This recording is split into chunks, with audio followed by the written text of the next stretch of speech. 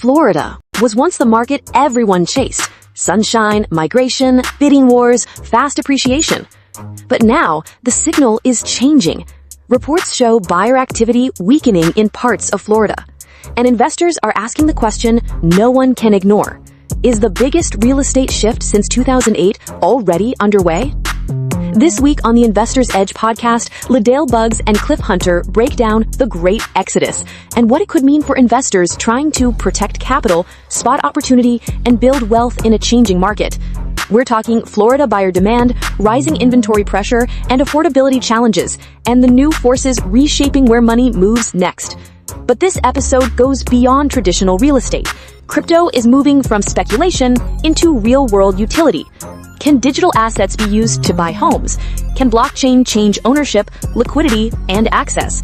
Could tokenization open new paths for scaling a real estate portfolio? This is not hype. This is a market conversation for investors who know the old playbook may not be enough. When buyers vanish, strategy matters.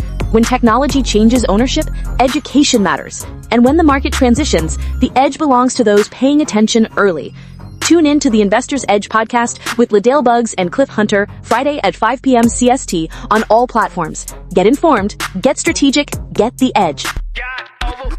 Yeah, man, that's crazy. 40 days, God, I've been Swayze. Grew the beard out, that ain't shady. That's a bird, man, I ain't baby. Talking whole pie, that's so crazy. How I got a shot, raise the bean sprout up, put a crown up on her head so the boys seeing, no, that's a lady. If you ain't catch a double that time on the last rhyme, dog, I could help you. I got plenty more where that came from. When I brainstorm, I need shelter. It's enough water from the most high, even low tide, he gon' wet you. Better learn.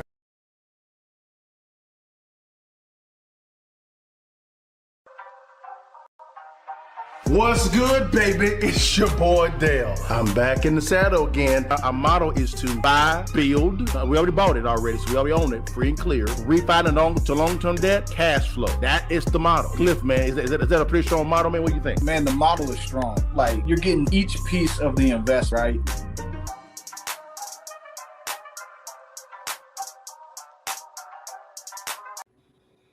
What it do, y'all? It's your partner Cliff and Dale back in the saddle again for another edition of the Investor's Edge, which is formerly known as Birthday Friday Live, guys. I know we're a little bit early today on Friday, but we got things to do. Cliff, what's going on with you, baby? How was the week, man? Man, it was a good week. Man, busy, staying busy, man. You already know, hopped on that SpaceX IPO today.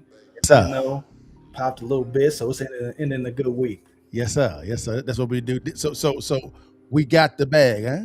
Oh yeah. Pop that early. Yeah, good. Yeah, we got the bag too, man. It's just gonna be really good, guys. We're gonna dive into it, man, real quickly as well. We have a pretty busy weekend, guys, but it's all good. My family celebrates the World Cup. I'm not really a big World Cup fan, but my wife, they love the World Cup. It's a big deal in my house. I mean, we talking about party, shut down the city. It's big, bro. You check out them tickets at AT&T? Nope. I'm not going to that garbage, man. $800-900 a ticket, no, $75 to park. No, sir. I'm good. I'll keep that. Nah, I'm good, y'all. It's all good, baby. But we're gonna dive into it real fast, guys, real quickly. We got a nice little topic. Number one, guys. That topic for number one. We talking about, man, the big exodus, guys.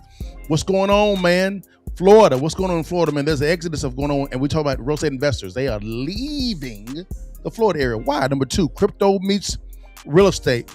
This man on the screen talked about how you can use crypto in concert with leasing, and you can sell your property faster, raise capital faster.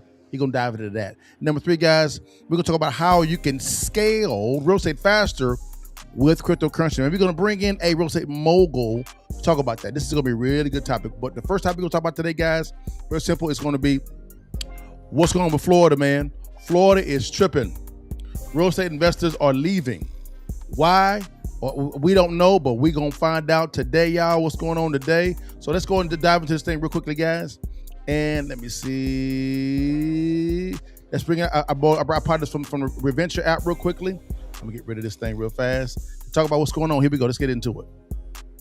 The biggest real estate investor slowdown in 20 years is hitting the housing market right now, with investor home purchases falling to the lowest level since 2020. On a national basis, these purchases are down more than 50% from their peak 4 years ago and are now at the lowest level since 2014-2015, which is problematic for the U.S. housing market. These investors propped up real estate prices during the pandemic, and now many are leaving, particularly in certain markets. You can see in markets like Jacksonville, purchases are down 77%. In Atlanta, they're down 73%. In Charlotte, they're down 70%.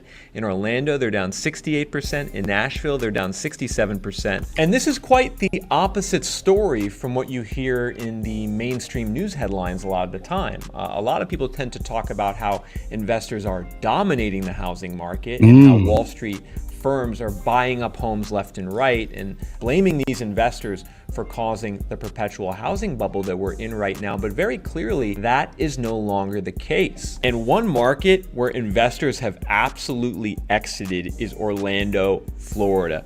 You could see in Orlando, the purchases went from $4,300 a quarter in 2022 down to only $1,400 a quarter today. That's a 65% drop and the lowest purchase demand for investors since about 2013 at the end of the last housing downturn. Nashville is another market that bears watching. The investor purchases in Nashville are also down about 65% and are trading at the lowest level since 2014, as they are in a market like Phoenix. In Phoenix, the investor purchases are down from $9,400 a quarter to only $3,000 a quarter, again at the lowest level more or less since 2012, 2013. And take a look at how similar this drop in investor purchases in Phoenix looks to what happened in the downturn in the mid-2000s. We had this big drop off in investor purchases in Phoenix at the prelude to that last downturn. We had the same drop off in this downturn. And so in many ways, these investors are leading the market. They see what's happening on the ground.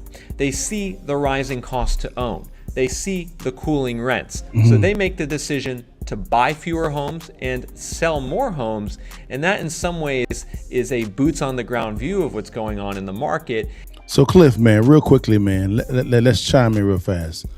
Why do you think that we're seeing this type of downtick in areas like Nashville and also in Florida, right? Of investors not buying properties, the buying activity is going down. What do you think is going on? Well, first, I got to figure out how he knows it's an investor purchases versus just traditional residential. But I do know several years ago, what he's seeing that spike is when the interest rates dropped. Yeah. When you saw the interest rates drop, it spiked. Sure. And then obviously when they started raising interest rates, you saw it drop back down. So, and especially if they were buying new construction. But doing a lot, I mean, I'll be honest with you, probably the last 3 weeks, and maybe even 6 weeks, I've seen foreclosures like crazy. And they're almost all new construction. Wait, what? New construction? I mean, it's probably about a lot of them about 3 to 5 years old. Got it. Okay. So wait a minute. So what you're saying is, it sounds like people that bought in between 2020 to 2021, what's happening is they bought at the top of the market, which we told you not to do. Exactly. Right? Now what's happening is it's time to pay the rooster. And they can't afford those payments anymore. Is that right? Exactly. And you already know when you buy new construction, that's already typically top of the market. You're paying for the newest product out there. And then when you pay for that, plus you start to see the interest rates rise a little bit after that, people were buying. It's time now that they're trying to sell that property because, probably at least 15 to 20% of them are going to want to sell after just a couple of years. They want to move, life happens. Right. And they're realizing the value in the property had dropped 10, 15%. And then you have also property taxes going up like crazy and insurance premiums going up. So you're seeing how when you buy incorrectly, what actually happens is some form of fashion, you're going to pay the piper. Would that be right, Cliff? Yeah, exactly. And what's happening too is, I'll say this, I haven't looked in other areas, but I'll tell you what's happening in DFW. And you probably know this. Up until probably about 2020, the value of your home was typically higher than your tax value. That was normal. Value of your home might be 200. They would say it's worth 150. everybody was happy with that. Cool. In the last 3 years, I'm seeing the reverse. The taxes will say 400. Your house is worth 320, 330. And so now everybody's paying a higher percentage of their home's value than they typically would. And so now we're starting to see issues in the Dallas and the Texas market in general of people trying to fight their taxes. Yeah, you're spot on, guys. That's what's going on. And you can always go to the county tax assessor and negotiate your taxes if you know what you're doing. But make sure you bring your numbers. Make sure you have a good presentation. Hire appraiser. And hire an appraiser. Make sure you have a good presentation, because if not, they will hand your ass to you in a second. Because it benefits them none to agree with you unless you bring the facts. Would that be right, Cliff? Exactly right, because they're gonna, they use an algorithm. I hear it every day where people try to determine what the value is, and they say, well, the taxes says. The tax doesn't know you added an extra bathroom. No. The taxes doesn't know you just did your new roof. They don't know you have water damage. No. So you want to have somebody come in and be able to give you an analysis on the property. Gotcha. Guys, again, give you guys nuggets. On to the next topic real fast. Guys, crypto meets real estate. All right. Can you buy a home with crypto? This gentleman right here has been on the record. And guys, on social media, it blew up when Cliff talked about using crypto as a way to benefit the tenant and the investor when it comes to their home from a leasing standpoint. Folks said Cliff was dumb. You know what he was talking about at all. They went in. So we're going to let him in a second talk about that, unpack that. And you want to write this down because he's been kind of, I would say, very humble. He knows a lot about crypto, guys. A ton about crypto, more than I do. And so let's bring in someone else real fast, Cliff, to talk about, man, should you use crypto to acquire a home? Should you use it in today's market? Let's bring in, this is going to be ABC. Let's bring them in real quickly, Cliff, and see what's going on with them to talk about, should you buy crypto, a home with crypto? Let's get into it. Here we go. Now to the housing market as mortgage rates continue to rise and turn up the pressure on a housing market that was already weighing on prospective buyers. Government-sponsored Fannie Mae is now accepting crypto-backed mortgages, allowing buyers to use the digital currency as collateral. Here with what you need to know before going to that next open house is Logan Mohtashami. He is a lead analyst at Housing Wire. Great to see you. Thanks so much for joining us. So Logan, how exactly is this going to work? To make it as simple as possible, your crypto asset will be used as collateral for a kind of a second mortgage, and that will be used as a down payment. You don't have to sell your crypto. They just use that as the value. And even if your crypto value goes down, it doesn't matter as long as you make the payment. So this is basically a way to not needing to either sell your crypto or any stocks or anything for a down payment. Use the crypto asset itself. Now, you can't touch it for the life of the loan, but this way you'll be able to find a way to have a down payment for your next house if you want to take that route. And it can't be traded, right? Once you put it up for collateral, it's got to stay there. It's got to stay there, and that's kind of the theme they're using. The only way you get, in a sense, a margin call or anything in that is that if you're 60 days late on the loan itself, then they could use that collateral as an asset. But as long as you make the payments, and they're talking about even doing this beyond crypto, maybe your Apple stock or your Amazon stock. Whoa! But it's just basically a way to have a down payment where you're not actually giving cash for a down payment for your next home. I see. Whoa, Cliff. So now they're talking about using stock to do this as well. Stock. So, man, let's talk about crypto real fast, man. What are your thoughts when it comes to using crypto as a way to basically people use as a down payment, as a second mortgage? What are your thoughts on that? I mean, it's basically just margin. Right? You're borrowing against your assets already. It's the same thing as taking out a HELOC on one of your rental properties to put a down payment on another property. It's the same basic idea. I mean, I think crypto itself does not have value unto itself. It's about the use case of the crypto. What is the crypto doing, right? Like Bitcoin, its use case is the fact that nobody owns it, so it's a true market value. Correct. Right. It's also fungible. It also can be divided easily. So it's got a couple of different things that are going for it. And using it as collateral. I mean, the problem is you have to hold it for the life of the loan. So the problem with that is we already know what Bitcoin is down 50% from more than 50% from its peak. Don't matter. So what happens if you get a foreclosure on because the market went down? Not only are you losing the house, you're losing 50% of the assets you put up. That crypto's gone, baby. It's gone. So this is my thoughts concerning crypto. Then we're going to talk about them potentially allowing you to use Apple stock or stock in companies as a down payment. What? Guys, we are in a leverage-based system. So the government is in search of assets. What's the hottest asset outside of real estate right now on the market and stocks? Bitcoin.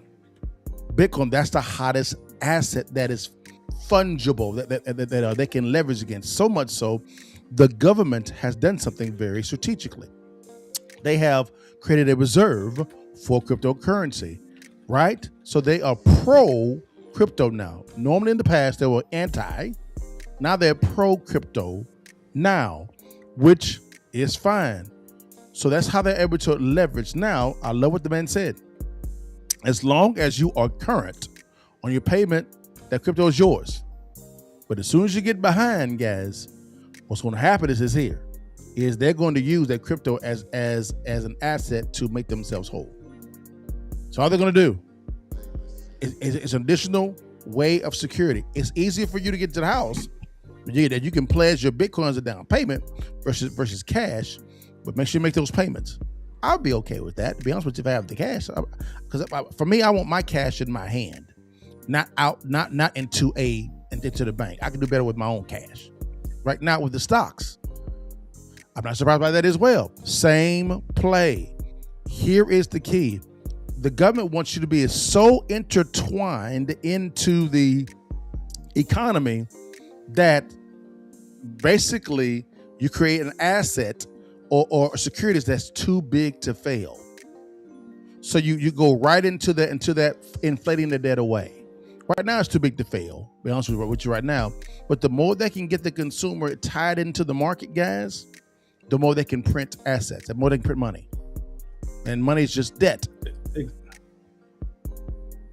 Exactly. Yeah, I mean, I was just telling Dale today earlier, I had a appointment with a very, very wealthy businessman, and we had a quick conversation about the markets. And he agreed too. And we're talking about probably in the $50 to $100 million range. And he was saying the market has no choice but to go up. It has no choice. They will print money. We've already established that. We owe $39 trillion. And so because of that, the market has to absorb that debt. We have to make that look small. And the only way to do that is inflate. So you got to buy assets. So I think if you make money in crypto, I think it can be smart to do it. But where I really think crypto is going to come in is when they allow, and there's a legislation coming across right now that they're basically going to try to pass a way for really Coinbase and other crypto type of companies to be banks. Yes. When that happens, that is going to be huge. That's going to be massive because you're going to see all these legislations pop up. And I believe JP Morgan has already talked with the other big banks, Citibank, Wells Fargo. They're going to have a interconnected coin to distribute same day payments. And you're going to see the world come online and own their own coins. Or they're going to own the U.S. coin. Correct. Guys, memorize this term, okay? Digital banking, or otherwise known as fintech, digital banking. It is here. We have a digital dollar, right? You have a kind of a war between fintech digital banks like SoFi Chime, Nubank, and a Venmo, Stripe. Those are fintech digital banks versus the Wells Fargo's, the Bank of America's, the JP Morgan Chase, the big boy brick and mortar spaces. Most individuals are wanting a better deal when it comes to their banking products. So what's happening now is when the Senate passed the Clarity Act, right? Remember, in the Trump administration, they actually passed the stablecoin law. I think it's called the Genius Act. But there was a sub act in there that was entwined with what they called the Clarity Act. Now, get this: the financial services arena, which is the banking industry, that whole sector there, was lobbying hundreds of millions of dollars for the Senate not to get that out of the Budgetary Committee. Right? They were really pushing hard. It passed the House already. And now get this, it already passed the Senate. So it's going to President Trump's desk to sign. And the banks were fighting hard against that. Fighting hard against that. Why? Because digital banking is here. It is here.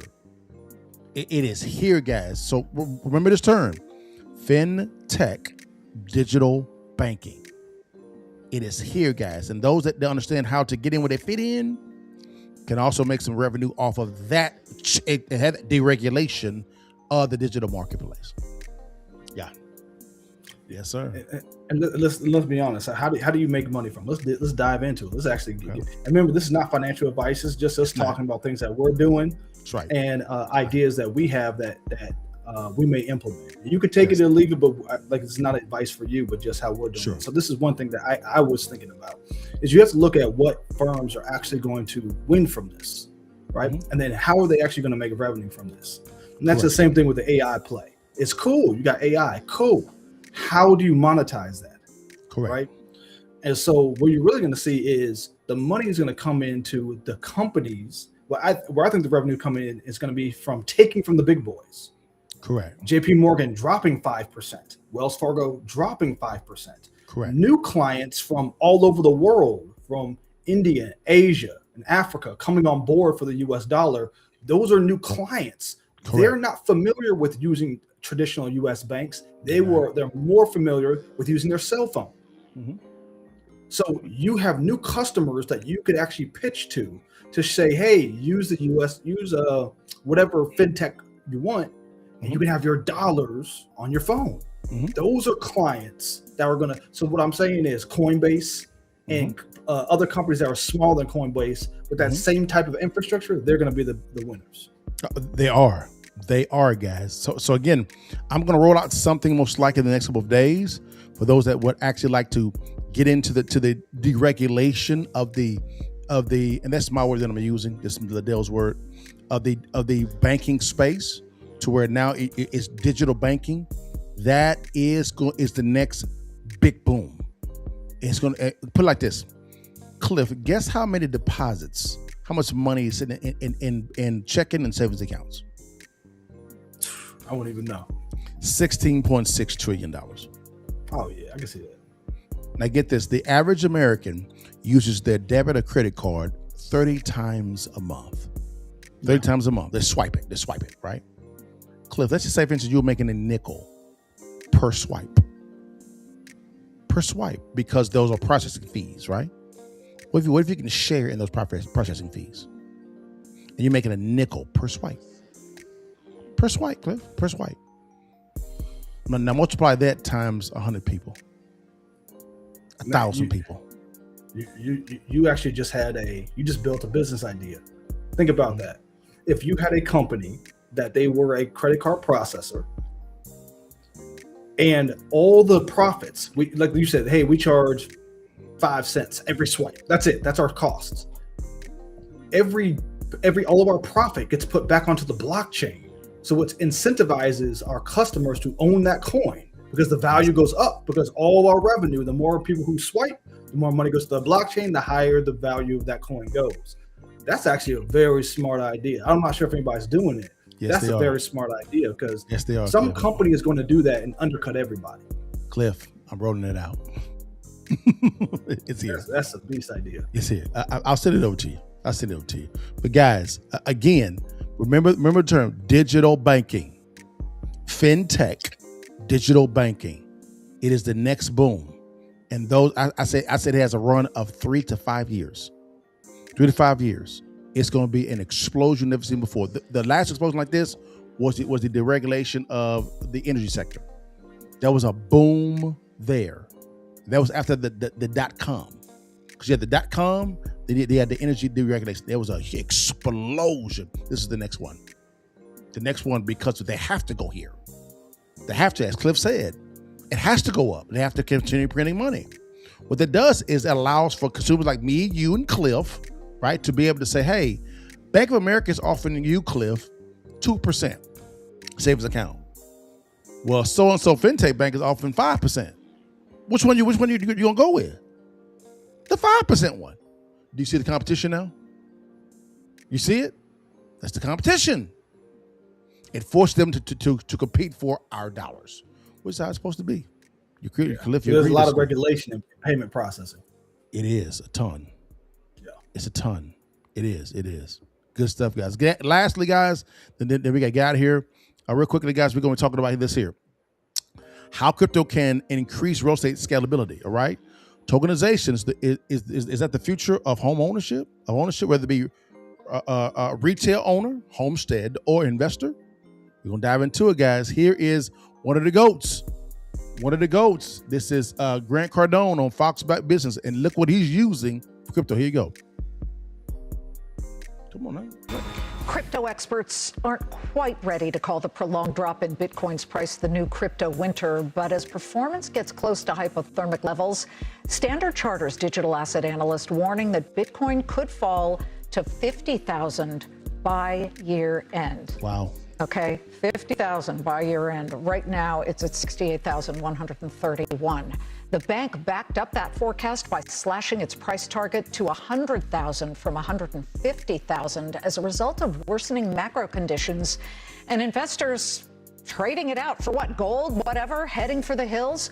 But one real estate investor is heading full throttle into the frigid winds, buffeting Bitcoin. He's Grant Cardone, the CEO of Cardone Capital, the real estate mogul, crypto investor, and widely followed business influencer, has 5 million Instagram followers, 3 million YouTube subscribers. He is now melding concrete with crypto. We're talking real estate mixed with crypto. Great to have you on the show. I can't tell you, I tweeted out that you were going to be on, and so many of the followers on X that I have were, yay, Grant. Can't wait to hear what Grant has to say. Well, thank you for having me, and I hope the people that follow me, I hope that you didn't get too much heat for having me on your show, because a lot of these old crypto hands are going to say, if Grant Cardone's getting into the game, real estate guy, then it must be the top for Bitcoin, which I don't think it is. Well, and one of them said, don't throw any softballs at his head, Liz. You got to go right at him. So let's go for it. There are just a few finite asset classes out there, and real estate and crypto are two of them. How are you mixing the two, and why? Well, look, I've been buying real estate for 40 years, multifamily real estate that cash flows, institutional quality, great assets, and ran across Bitcoin about 13 years ago and looked at the possibility of combining the two, one that's visible, the other that's invisible, one that's very, very liquid, being Bitcoin, almost too liquid at sometimes, and the other that's very illiquid, one that cash flows and one that doesn't. So it's like two financial vehicles that are opposites. They say opposites attract, Liz. So we looked at putting these together. I'm not a gambler. I'm a very conservative investor. I like cash flow. I love real estate. But I don't like that real estate is very heavy. It's very slow to move. It's very, very expensive to fix. Bitcoin costs nothing to fix. There's no roofs, no plumbing, no HVAC. No evictions, no property taxes. So we combine the two. We have the largest real estate Bitcoin hybrid in the world. We've done 5 different projects just last year, and I expect to be the largest real estate Bitcoin hybrid that will challenge the old REIT structures. Well, how does that work? Because so Cliff, real fast. you heard him say this. What are your thoughts concerning what Grant's talking about as far as fusing real estate with cryptocurrency? Yeah, I'm trying to follow him on that because I'm trying to follow Grant. Grant is he an old real estate head, man. He's trying to. Yeah, that's what he does. So crypto, really. So you got to understand what crypto is. To me, it's like the internet. It's just a utility. It's a way to be able to send and transmit information. Cool. You can do that to achieve what goal? Right? Cool. We can send info like the internet, but what can it really do as a utility? Yeah. So I'm trying to understand how he's attaching Bitcoin, which its main value comes from the fact that no one is in control of it. It gives you true market value, and they're not making more. That's really what its core is to say it's going to go up over time as long as people want to buy it. How that attaches to real estate, I'm still trying to understand how that bolsters the real estate in any way. To me, it would make more sense for him to use the down payment, put that into crypto, basically his own kind of crypto coin that then produces cash flow. It'd be easier for him to raise capital that way and distribute money back to that company via crypto. Sure. And that's how I'd use it. But with Bitcoin, I'm not sure. I don't really see it as of right now. I think what he's doing is he likes borrowing non-recourse debt. Yeah. Non-recourse debt is good debt. I like this type of debt. That means there's no personal, no PG, no personal guarantee.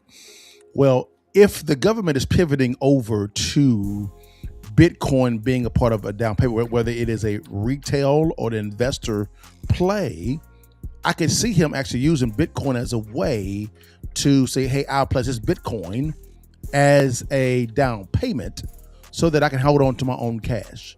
And then do what you just said is formulate his own coin to be able to I guess take that cash flow and flow it toward his own coin so he can raise more capital. So he's created a successful circle by pivoting over to what's friendly to the government and leveraging that relationship, and then also creating his own relationship with his investors. So he's always raising capital all the time. Does that make sense or not? And now that I'm thinking about it, that's actually what we're coming up with is as you're starting to talk and I see it, just like your other idea, I think there's an opportunity here. The opportunity is we already know that crypto is a great way and an easy way to change, manipulate, and set information. And that information is in the form of money. Correct. So why isn't there a management company with internal auditing? So if you go on that website, let's say we own 100 houses, we want to raise capital. Sure. We could open up Fund A. They buy that coin, and any revenue that comes from those 100 rental properties flows back into that account, which is that management company. And that management company can see every dollar converted to a coin. Sure. You can also see it go back to the customers in that coin, and it can be audited by AI, saying, hey, the AI confidence score is 95%, that they're not messing with the money. And you can actually get a rolling, just like blockchain, you can actually get itemized transactions. We can see exactly where that money is going. And now you have an AI company that does that for you. Basically AI management and accounting. Yeah, I wouldn't be surprised if he actually has that set up, because I know he partnered with Donald Trump Jr. On their American Bitcoin scenario. So I would be surprised if they have that set up to where what you just said is funneling back to the American Bitcoin over and over and over again. So now he's able to raise capital a lot faster, as you would said. Because I remember you said that a quick way for an investor to be able to scale his cash flow and his real estate is to utilize Bitcoin in a way to where, or tokenization, I would say, to where it's a leasee or tenant can buy equity ownership in said property as they're paying their lease payments. So when it goes to a 24-month term or 36-month term, you now have met the parameters, and now it's a note, or they can qualify for a mortgage themselves. Would that be correct? Exactly. Let's break it down exactly how this would work. So if you have let's say you have two different people. You have your investors, and we have an account. Cool. We have just like a bank account. Your investors give you $1 million. Now there's $1 million in that coin in that account. You can see that million. You take 50% of that, and you can see that you bought a house with it, that you fixed it, you did X, Y, and Z. These are all your expenses. Cool. They can see that on the ledger, and in the account, you can pull it up. That's how the money was spent. 50% is cash. When you fix that 100 houses and the cash flow comes back, you can see the rent payment sent through the system. And when it hits that bank account, it automatically converts to your coin, and then it's distributed to your investors. So now if you had 1 million coin, now it's 1,010,000 or 1.1 million, because you added 100,000 from the cash flow. They all make money, and they can convert that into whatever they want: Bitcoin, Tether, USDC. The point being is now you have a distribution system that the AI can watch all transactions and say, if they think they can give it a score, hey, this is a confidence score of how the company is operating. These are all the transactions, and everybody will get real-time transactional information on things they invest in. Correct, guys. Again, that would be a monster. And I guarantee you, it's in the works. It's in the works right now, because we're in a leverage-based system, and combining real estate with crypto, guys, and the way that Cliff and I are talking about is a crazy way, a phenomenal way to continuously raise capital. But at the exact same time, scaling. I think that's the future. I think once they can make the average person, this is just real estate. You can do this with starting any business. Hats. Hey, I'm going to create these cool new hats. I'm raising $30,000. Just buy my coin. And we bought it on the asset management platform. So you can watch every transaction. Your dollar is going in this platform, and you can see where I'm spending the money. Yes. How it's being distributed, and the AI is going to be able, you could type in and ask questions to it. Where's the money going? How it's being distributed? And now you can make smarter. That makes raising capital easier, but it also makes it accountable. Yes, exactly. Again, guys, this is what we do, guys. Real simple, man. So again, I consider Grant Cardone one of the GOATs of real estate investing. He's one of the GOATs. He's best. Well, I would say probably, if not the best, second to President Trump. President Trump is the GOAT when it comes to real estate. I'm sorry, he is. He the GOAT. I mean, he owned $10 billion worth of real estate. I mean, just saying, Cliffy. Am I right or am I wrong, Doc? No, you're right. And so what he did, and when I looked at, you can go pull it up, his assets, but you realize Donald Trump doesn't really own too many properties free and clear himself. He owns 15% of this big building, 10% of that one. Correct. But when you look at all his portfolio, that building that he owns 15% of is a $2 billion building. Yes. That's $300 million right there net worth. Yes. So what he's doing is raising capital on large assets and owning 10%, 15%. That's all he's doing. That's all he's doing. And guys, he's licensing his name. Right. Like his name, so that's bringing in more revenue, and that cash flow that he's bringing in, he's been able to acquire golf clubs with nothing but cash, no debt. So now his net worth is going up exponentially a lot, and he's made it into a business to where people are paying membership dues and fees, eating there, paying monthly dues. He's just printing money like crazy.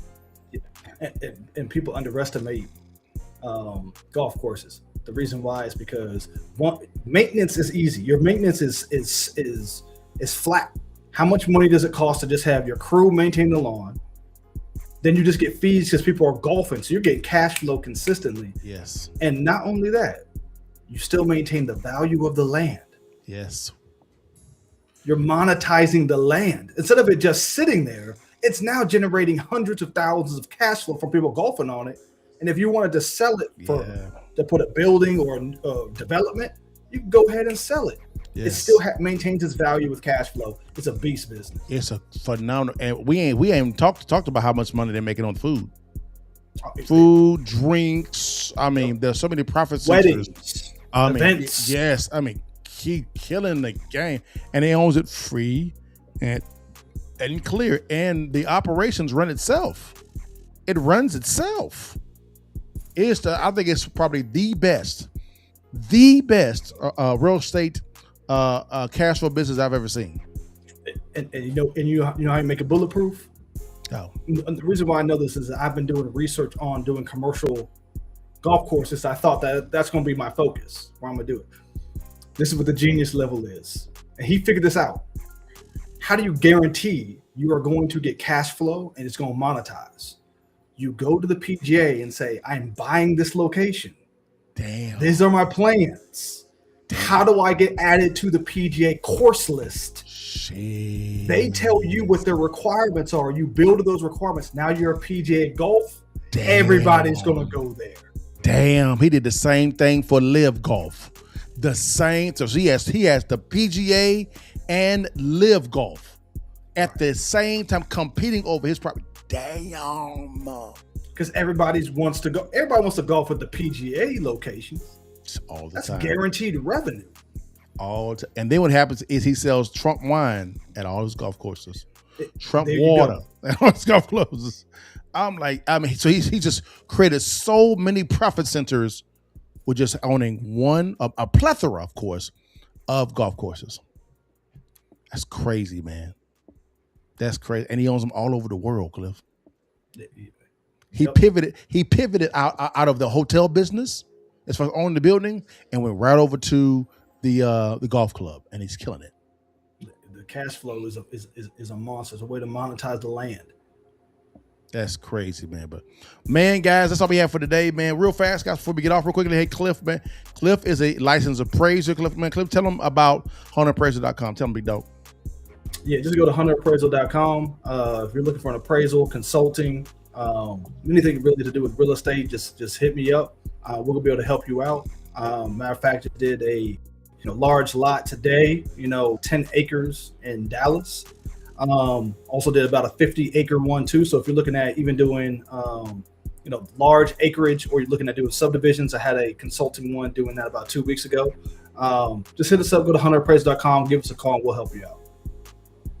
Yes, sir. Also, guys, real quickly as well, guys, we're scaling our real estate side, man. If you're looking to get the real estate ebook called Distressed Property Investing, guys, real simple, how to buy a distressed property in the city, county, or state. You make money when you buy, not when you sell.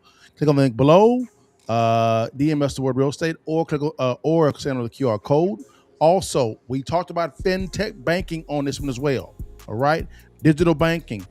If you want to know more about that, guys, very simple. Scan on the QR code on the screen, DM me the word mentor, or in the show notes below, guys, click on the link and go to the free information. It is free, guys.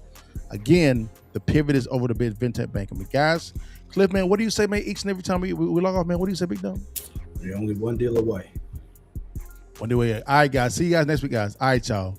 Peace. What's good, guys? It's your partner Dale here, man. Hey, I always say that when it comes to real estate, I think this is the best time. The next 3 to 5 years is the best time, in my opinion, to begin to invest in real estate. Whether you are a seasoned investor or a novice investor, this is the best time, in my opinion, to invest in real estate. Now, why would I say that? It's very simple. Whenever there is some stagnation within the real estate industry, that's the best time to get deals, right? Deals are what attract the capital, right? A good deal will always attract good capital. Now, what's a good deal? Well, I like buying distressed properties below wholesale. The skill to buying right is learning how to locate distressed properties in your city, county, or state. Now, the good thing about it is we are giving away a free ebook called Distressed Property Investing. We talk about different ways of locating distressed properties in your city, county, state, what to look for, who to call, things of that nature. It is free. Once you master this type of skill of locating distressed properties, you'll never be broke ever again, because the good deals attract the right capital. All right, guys. So to get the free ebook, click on the link below, scan on the QR code here on the screen, or you can DM us the word real estate, and my team will get you out this free ebook. Again, it's completely free. Just want to get you this information so you can begin to get the bag while buying real estate. Stay blessed and holla at your butt. Okay, so you did fixes and flips first, or were they now it sounds like you're more buy and hold? Okay, so you're wholesale first. Okay, because I was broke. I had no credit, I had no money. So I had to get some money coming in. So I learned how to do wholesale. And you were doing wholesaling at the good time too. 2000. When it wasn't so saturated. There was. I kind of saw the debacle coming. Okay. It didn't make any sense. I was like, wait a minute, how can you lend out to retail buyers 99.7%? Yeah. Just a little bit of a down tick, it's insolvent. And you got to remember, in some states, because I lived in Florida at the time, you could have loan to value above 100% of your property. Right. The first property that I bought, it was 110%. We left the bank with like $30,000. Yes. Yeah. Yes. It was amazing to me. I was like, why am I not doing this all the time? But then clearly 08, 09 let me know why people shouldn't have been doing that all the time. 08, 09, that's why I made that lion's share of my money. Wow. Okay. Actually running from the cows, I was running to it. Of course. Because I saw it was coming. Okay. A lot of my business colleagues back then were buying flippers. Yeah.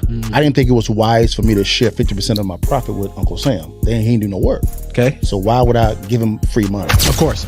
Okay, how can I make sure I'm still legal, but keep the lion's share of the cash flow? Of course. So I began studying the tax code with my accountants and CPAs, and I said, okay, I'm going to buy a whole lot of properties. Now watch this. I actually buy a lot of properties, and I take home money when I actually acquire it. Every single time. Okay, you need to break that down just a little bit. If you'd like to learn how successful real estate investors make money when they acquire real estate and not when they sell it, click on the link below, swipe up, DM me the word real estate to download our free ebook, Distressed Property Investing. The blueprint is in the ebook. Stay blessed. I'll let your partner and download the ebook today.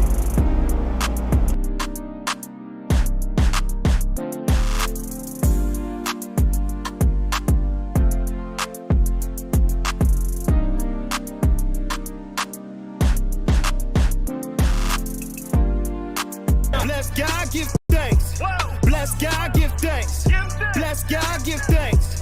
Bless God, give